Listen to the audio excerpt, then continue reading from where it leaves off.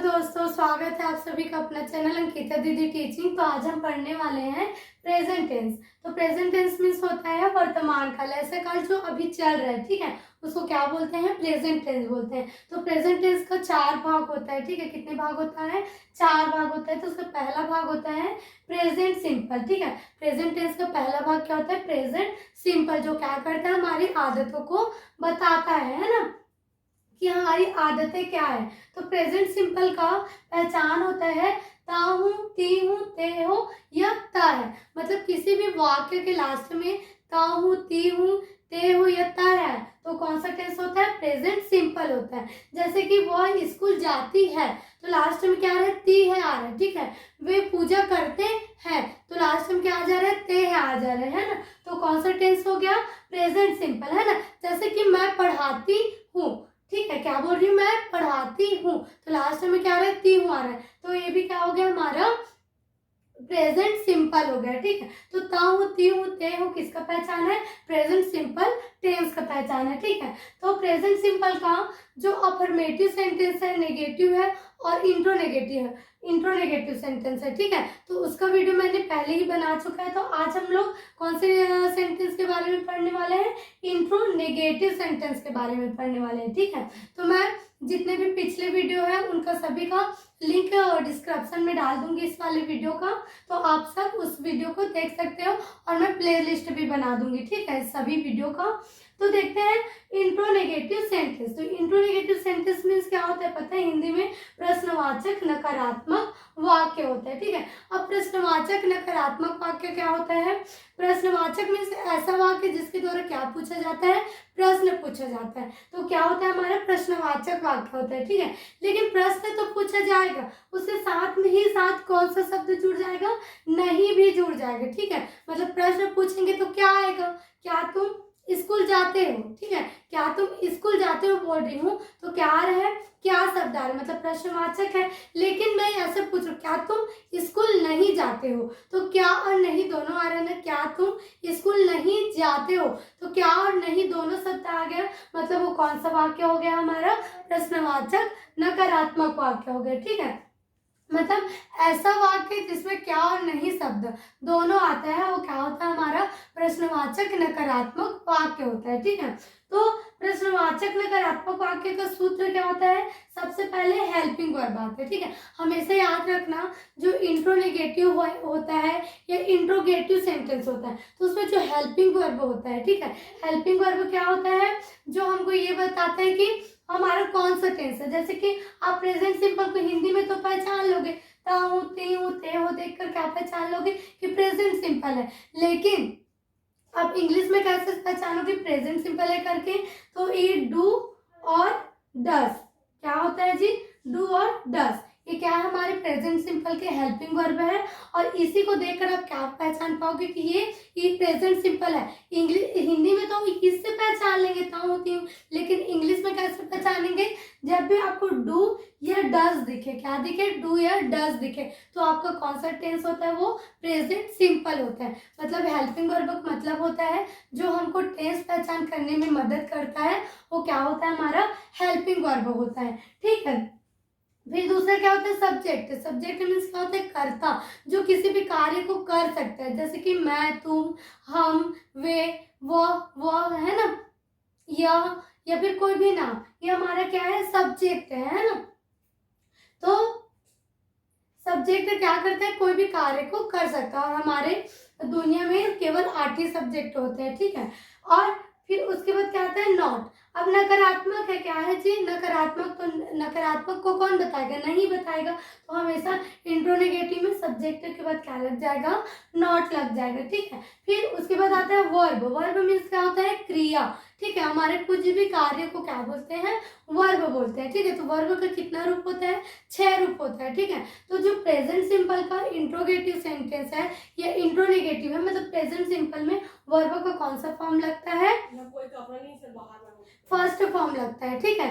तो जो अफर्मेटिव है उसमें फिफ्थ फॉर्म भी लगता है, लेकिन जो नेगेटिव और इंट्रोनेगेटिव है उसमें वर्ब का कौन सा फॉर्म लगता है? केवल फर्स्ट फॉर्म लगता है, ठीक है। फिर क्या आता है? ऑब्जेक्ट। ऑब्जेक्ट हमारा कुछ भी हो सकता है, जो भी हमारे कार्य को करने में मदद करता है वो क्या होता है? हमारा ऑब्जेक्ट होता है, ठीक है। जैसे कि मैं लिख रही हूँ तो किसके द्वारा लिखूंगी, पेन के द्वारा लिखूंगी ना, तो पेन मेरा क्या हो जाएगा, ऑब्जेक्ट हो जाएगा, ठीक है। आया समझ में इतना। अब हम आगे क्या सीखेंगे, इससे सेंटेंस कैसे बनाओ। अब सेंटेंस बनाएंगे, ठीक है। तो सेंटेंस बनाने के पहले हमको कुछ चीज को और जानना है ना। तो जैसे हो गया हेल्पिंग वर्ब, तो हेल्पिंग वर्ब क्या आता है, डू और डस आता है, ठीक है। दो हेल्पिंग वर्ब आता है, डू और डस। तो कौन से सब्जेक्ट के साथ डू लगेगा और कौन से सब्जेक्ट के साथ डस लगेगा, इसको जानना है, ठीक है। तो हमारा जो सब्जेक्ट है आई मीन्स क्या होता है मैं, यू मीन्स क्या होता है तुम, वी मीन्स क्या होता है हम, और दे मीन्स क्या होता है वे, ठीक है। इन चारों सब्जेक्ट के साथ कौन सा हेल्पिंग वर्ब लगेगा, डू लगेगा, ठीक है। और ही मीन्स क्या होता है वह, ही का मतलब क्या होता है वह, इसका उपयोग किसके लिए करते हैं, लड़का के लिए करते हैं, ठीक है। और सी का मतलब क्या होता है वह होता है, लेकिन इसका उपयोग किसके लिए करते हैं, लड़की के लिए करते हैं ना। इट मीन्स क्या होता है यह मीन्स क्या होता है निर्जीव वस्तु, ठीक है। इट मीन्स क्या होता है यह, लेकिन इसका उपयोग किसके लिए करेंगे, निर्जीव वस्तु। तो निर्जीव वस्तु हमारा कुछ भी हो सकता है, ठीक है। ऐसा वस्तु जिसमें जान नहीं है वो क्या होता है हमारा निर्जीव वस्तु। तो निर्जीव वस्तु के लिए हम कौन सा सब्जेक्ट का यूज करेंगे, इट का यूज करेंगे, ठीक है। और नेम मीन्स क्या होता है नाम। तो दुनिया में जितने भी नाम है सभी क्या है हमारे सब्जेक्ट हैं, ठीक है। तो इन सभी के साथ क्या लगेगा, ही सी इट, नेम के साथ कौन सा हेल्पिंग वर्ब लगेगा, डस लगेगा, ठीक है। फिर उसके बाद आप कौन सा वाक्य पढ़ रहे हैं, इंट्रोनेगेटिव पढ़ रहे हैं। इंट्रोनेगेटिव मतलब प्रश्नवाचक नकारात्मक वाक्य। तो नहीं शब्द आएगा तो नहीं को बताने के लिए क्या लगता है, नॉट लगता है। तो हमेशा किसके पास बाद लगेगा, सब्जेक्ट के बाद आपको क्या लगाना पड़ेगा, नॉट लगाना पड़ेगा, ठीक है। फिर उसके बाद क्या आता है वर्ब का फर्स्ट फॉर्म है ना, जो भी हमारा क्रिया है उसका जो हिंदी है उसको इंग्लिश में जो ट्रांसलेट है ना। जैसे कि पढ़ाना को क्या बोलते हैं, टीच। तो टीच का पहला रूप क्या होगा, टीच ही होगा। तो वर्ब का पहला रूप लगेगा, ठीक है। ऑब्जेक्ट मीन्स जो भी हमारे कार्य को करने में मदद कर रहा है वो क्या होता है, हमारा ऑब्जेक्ट होता है ना। अब देखते हैं इससे क्वेश्चन कैसे बनाना है ना।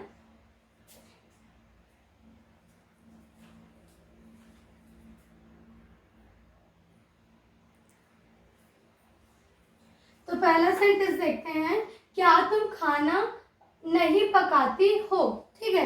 क्या तुम खाना नहीं पकाती हो। तो हमको सबसे पहले सेंटेंस बनाने से पहले क्या पहचानना होगा कि ये कौन सा टेंस है। तो टेंस पहचानने के लिए सबसे पहले हमको क्या देखना होगा, सेंटेंस के लास्ट को देखना होगा। मतलब जो भी वाक्य उसके लास्ट को देखना है कि क्या आ रहा है ना। तो देखो क्या आ रहा है, पकाती हो, तो लास्ट में क्या है, ती हो आ रहा है। तो ती हो आ रहा है मतलब कौन सा टेंस हो गया आपको, प्रेजेंट सिंपल हो गया, ठीक है। कौन सा टेंस हुआ जी, प्रेजेंट सिंपल। तो आपको पता चल गया कौन सा टेंस है, प्रेजेंट सिंपल। फिर उसके बाद आपको क्या करना है, आपका कौन सा सेंटेंस है, अफर्मेटिव है, नेगेटिव है, ये इंट्रोगेटिव है, ये इंट्रोनेगेटिव। तो इसको सेंटेंस को पढ़ के देखते हैं। क्या तुम खाना नहीं पकाती हो, क्या शब्द आ रहा है, सबसे पहले क्या है क्या, तो मतलब इंट्रोगेटिव हो गया, क्या हो गया इंट्रो। लेकिन साथ ही साथ क्या आ रहा है, नहीं भी आ रहा है, क्या आ रहा है जी, नहीं आ रहा है। तो मतलब क्या और नहीं दोनों आ रहे हैं। मतलब आप समझ जाना कि कौन सा वाक्य है, प्रश्नवाचक नकारात्मक वाक्य, मतलब इंट्रोनेगेटिव है ना। जब भी क्या और नहीं दोनों शब्द आता है वो कौन सा वाक्य रहता है हम लोग का, इंट्रोनेगेटिव होता है। तो इंट्रोनेगेटिव का सूत्र क्या होता है, सबसे पहले हेल्पिंग वर्ब आता है, ठीक है। क्या आता है, हेल्पिंग वर्ब। तो हेल्पिंग वर्ब किसके अकॉर्डिंग लगता है, सब्जेक्ट के अकॉर्डिंग लगता है। तो सब्जेक्ट आपका क्या है, तुम को क्या बोलते हैं इंग्लिश में, यू बोलते हैं, ठीक है। क्या बोलते हैं, यू। तो यू के साथ कौन सा हेल्पिंग वर्ब आएगा, डू। तो यहाँ पर क्या आ गया, सबसे पहले हेल्पिंग वर्ब डू आ गया, ठीक, डू। फिर क्या था, सब्जेक्ट। तो सब्जेक्ट कौन है, तुमको क्या बोलते हैं, यू। तो यू आ गया, डू यू। फिर क्या आता है, सब्जेक्ट के बाद नॉट आता है, ठीक है। नेगेटिव है तो क्या आएगा, नॉट, डू यू नॉट।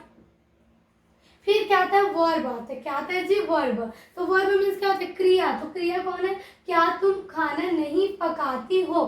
क्रिया कौन है, पकाना है, खाना नहीं है। कौन है जी, क्रिया पकाना है। तो पकाना क्या बोलते हैं, कुक बोलते हैं। क्या बोलते हैं जी, कुक। तो कुक आ गया। तो पकाना को कुक बोलते हैं इंग्लिश में। तो उसका फर्स्ट फॉर्म कुक ही होगा। डू यू नॉट कुक, और क्या नहीं पकाती हो बोल रहे हैं, खाना नहीं पकाती। तो खाना क्या बोलते हैं हम लोग, फूड बोलते हैं, ठीक है। क्या बोलते हैं, फूड। तो फूड आ गया, ठीक। Do you not cook food, क्या तुम खाना नहीं पकाती हो। आया समझ में। अब दूसरा क्वेश्चन देखते हैं, क्या वह फुटबॉल नहीं खेलती है, ठीक है।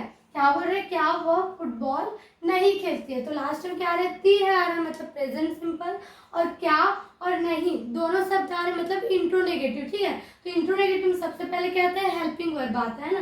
तो हेल्पिंग वर्ब किसके अकॉर्डिंग लगता है, सब्जेक्ट है।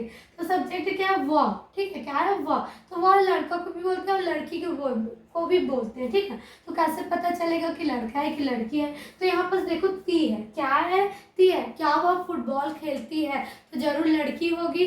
तो लड़के के लिए कौन सा सब्जेक्ट यूज होता है, सी यूज होता है। तो सी के साथ कौन सा है, हेल्पिंग वर्ब आता है, डज आता है। तो सबसे पहले क्या आएगा, डज आएगा। ठीक है, डज। फिर क्या आएगा, आपका सब्जेक्ट आता है, सब्जेक्ट तो कौन है, वो सी है। ठीक है, तो सी, डज सी। फिर क्या आता है, नॉट आता है, सूत्र में क्या है, नॉट। तो क्या आ जाएगा, नॉट, डज सी नॉट।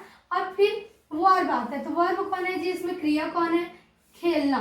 ठीक है, खेलना क्या बोलते हैं, प्ले बोलते हैं। तो क्या आ गया, प्ले। ठीक है, डज सी नॉट प्ले। और क्या नहीं खेलती, फुटबॉल नहीं खेलती। तो फुटबॉल क्या हो गया, हमारा ऑब्जेक्ट हो गया। ठीक है,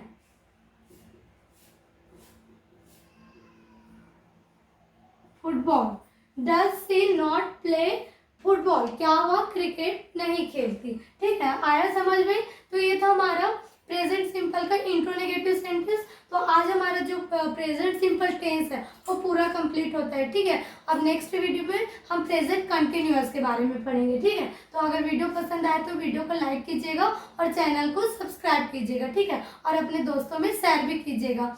ठीक है, थैंक यू।